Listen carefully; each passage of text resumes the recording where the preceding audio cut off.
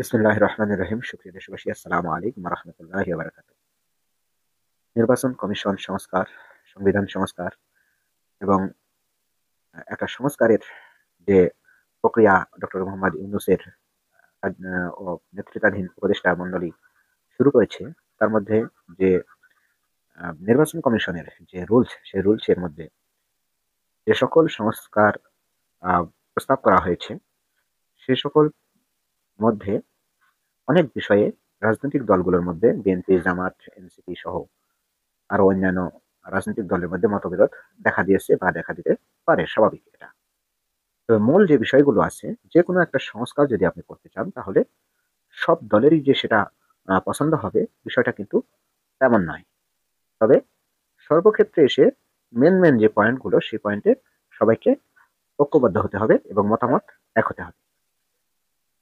তবে অধিকাংশ যেসব রাজনৈতিক দল আছে, যেমন আপনার ধরেন যে যে কটা যে দল তারা নির্বাচন কমিশনে তাদের মতামত জমা দিয়েছে, বা রাজনৈতিক দল বাংলাদেশে যাদের কার্যক্রম আছে বা যারা গণতান্ত্রিক উপায়েই যারা রাজনৈতিক কার্যক্রম পরিচালনা করছে, তাদের স্বাধীন মতামত পেশ করবেন এবং কমিশন সেটা গ্রহণ করবেন এবং সবগুলো এক জায়গা করে দেখবেন যে কাদের সংখ্যা বেশি হচ্ছে, সেটার যে রায় তারা দিবেন এবং সেই সংস্কারটা হবে। আমি দু একটা বিষয়ে কথা বলতে চাই, সব বিষয় নয়। সেটা হলো কি, যে নির্বাচন কমিশন যে আহ, প্রস্তাবনা দিয়েছে, সেই প্রস্তাবনার সাথে বিএনপি অনেকাংশেই মেন যে পয়েন্টগুলো বিএনপির বাধা সৃষ্টি হয়েছে, সেটা হলো যে একই ব্যক্তি প্রধানমন্ত্রী এবং দলীয় প্রধান একসঙ্গে হতে থাকতে পারবেন না। প্রধানমন্ত্রী এবং দলীয় প্রধান মানে দুই পদে বহাল থাকতে পারবেন না, এই বিষয়ে বিএনপিরা আপত্তি করেছে। কেন করেছে? সেটা হলো যে বিএনপি আসলে পারিবারিক তন্ত্র, যদিও গণতন্ত্রের রাজনীতি করে, তারপরেও তাদের মধ্যে রয়েছে পারিবারিক একটা সূত্র। বিএনপি এই দলে যে বাধার সৃষ্টি করেছে, যে প্রধানমন্ত্রী এবং দলীয় প্রধান এই দুইটা আলাদা লোক হতে হবে, তাহলে বিএনপির জন্য এটা একটা কষ্টসাধ্য হয়ে যাবে। যেমন তারেক রহমান যদি এখন আহ, প্রধানমন্ত্রী হন, তাহলে দলীয় প্রধান কে হবেন? তাহলে দলীয় প্রধান হতে হলে তাকে অবশ্যই দলের যে শীর্ষ ব্যক্তির নেতৃত্ব আছে, কমিটি, মির্জা ফখরুল আছে, সালাউদ্দিন সাহেব আছেন, মির্জা আব্বাস সাহেব আছেন, ডক্টর গয়েশ্বর চন্দ্র রায় আছেন, এই সব সিনিয়র যেসব নেতৃবৃন্দ আছেন, তাদের মতামতের ভিত্তিতে একজনকে প্রধানমন্ত্রী পদ, একজনকে দলীয় প্রধানের পদ দিতে হবে, দিয়ে তারেক রহমানকে প্রধানমন্ত্রী হতে হবে। অথবা তারেক রহমান দলীয় প্রধান থাকবেন এবং প্রধানমন্ত্রী এই সিনিয়র নেতৃবৃন্দকে দিতে হবে। তাহলে এই জিনিসটা মানা বিএনপির জন্য প্রায় অসম্ভবপর। কেননা বিএনপি এবং আওয়ামী লীগ, এরা আপনারাও জানেন যে এরা পারিবারিক তন্ত্র ভাবে রাজনীতি করে আসছে আরে বাপদাদার আমল থেকে। এবং এই দুটো পরিবার মানে আওয়ামী লীগ পরিবারের হচ্ছে মুজিবুরের পরিবার, এবং বিএনপির পরিবারের হলো জিয়াউর রহমানের পরিবার। এই পরিবারের বাহিরে তাদের কোনো প্রতিষ্ঠা দেখা যাচ্ছে যে এই স্বাধীন বাংলাদেশের মানে আওয়ামী লীগের নেতৃত্বে, যদিও আওয়ামী লীগ এখন আওয়ামী লীগ ছিল না, একসময় মুসলিম লীগ ছিল।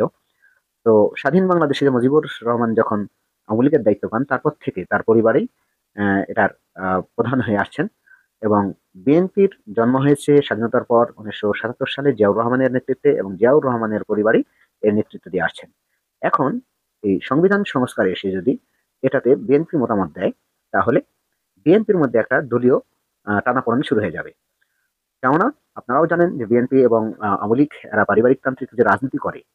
এখন পরিবারের বাহিরে যখনই তারা ক্ষমতার ভাগাভাগি করতে যাবে, তাহলে তখন একটা গ্রুপিং হওয়ার সম্ভাবনা আছে। যেমন ধরেন যে দলীয় প্রধান যদি মির্জা ফখরুল সাহেবকে দেয়, তাহলে স্থায়ী কমিটির আরেক সদস্য সালাউদ্দিন সাহেব হয়তো বিক্রয় করতে পারে। অথবা সালাউদ্দিন সাহেবকে যদি দলীয় প্রধান দেয়, তাহলে মির্জা ফখরুল সহ কয়েকজন বিক্রয় করতে পারে। এইভাবে তাদের মান্য এবং অমান্যর একটা বিষয় আছে। এবং তাদের নেতৃত্বের প্রতি যে সারা বাংলাদেশে যে বিএনপি একটা বড় সংগঠন, তাদের যে জনগণ যে দলীয় প্রধান হিসেবে তিনি একজনকে সিলেক্ট করলে পারা, তখন দেখা যাচ্ছে যে আরেকজন গ্রুপিং করে আহ, বিষয়টা ছোট মানে একটা পরিবেশ নষ্ট করছে। তো এখন এই সংস্কার যদি আরো যেসব রাজনৈতিক দল আছে, যেমন জামাত ইসলাম আছে, জামাত ইসলামেরা যদি সকালে একজন আমির থাকে এবং বিকেলে যদি সে পদত্যাগ করে বা যে কোনো কারণে যদি তার কোনো সমস্যা হয় দায়িত্ব পালনে, তাহলে বিকেল বেলায় তারা আরেকজন আমির মনোনীত করবে এবং সবাই তাকে মানতে বাধ্য হবে, বা তার দলের লোকজন বা তাদের সমর্থক, জামাত শিবিরের সমর্থক, তারা মানে কোনো রকমের সংশয় ছাড়াই সকালে এক আমির এবং বিকেলে পরিস্থিতি বুঝে আরেক আমিরের নেতৃত্ব মেনে নেবে। এই যে গণতন্ত্রের একটা চর্চা, এই চর্চাটা রাজনৈতিক দিক দিয়ে আওয়ামী লীগ বিএনপির পর্যায়ে যদি জামাত ইসলাম নাও যেতে পারে, তাহলে গণতন্ত্র এবং আদর্শের দিক দিয়ে কিন্তু এই দুটো দলের সাথে অবশ্যই জামাত ইসলাম এগিয়ে আছে। এই কারণে জামাতের আমির যদি মনে করে যে আমি এখন প্রধানমন্ত্রী হব এবং দলের প্রধান হিসেবে আরেকজনকে দায়িত্ব দেব, তাহলে সেটা 10 মিনিটের মধ্যে সারা বাংলাদেশের জামাত এবং শিবির তারা মেনে নিতে বাধ্য বা মেনে নেবে।